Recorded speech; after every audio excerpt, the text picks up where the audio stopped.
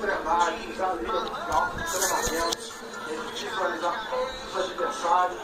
O Brasil chegou na final, essa final, mas meteu o pé pra casa, diz que a mãe tá ligando. Mas não teve, vamos dizer assim, a companhia dos demais. A menina meteu o pé pra casa e mandou um recadinho pra mim.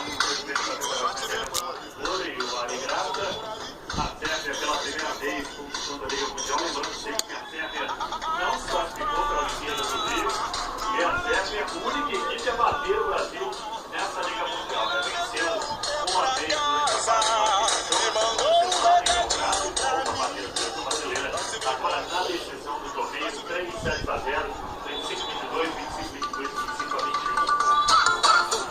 O Brasil que praticamente não jogou à frente do placar, né? Correndo sempre atrás da Sérvia no jogo inteiro. Uma grande atuação da equipe sérvia, conquistando pela primeira vez esse título da Liga Mundial. Já no segundo ano comando do Nicola Guedes, mérito também para o treinador da Sérvia. A Sérvia depositando todas as suas vidas na Liga Mundial esse ano e conquistando o título pela primeira vez nesse ano. Começou sendo assim, malandramente, meteu o pé pra casa, diz que a mãe tá ligando, nós se vê por aí. Ai, safada, na hora de ganhar madeirada, menina meteu o pé pra casa e mandou um recadinho pra mim.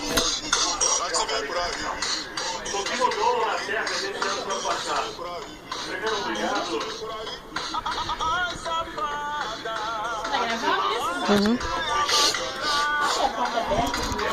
Cala a boca.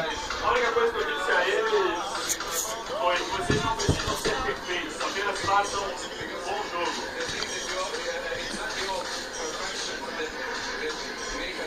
Não é a perfeição de vocês que nos fez chegar até aqui, apenas sejam quem vocês são.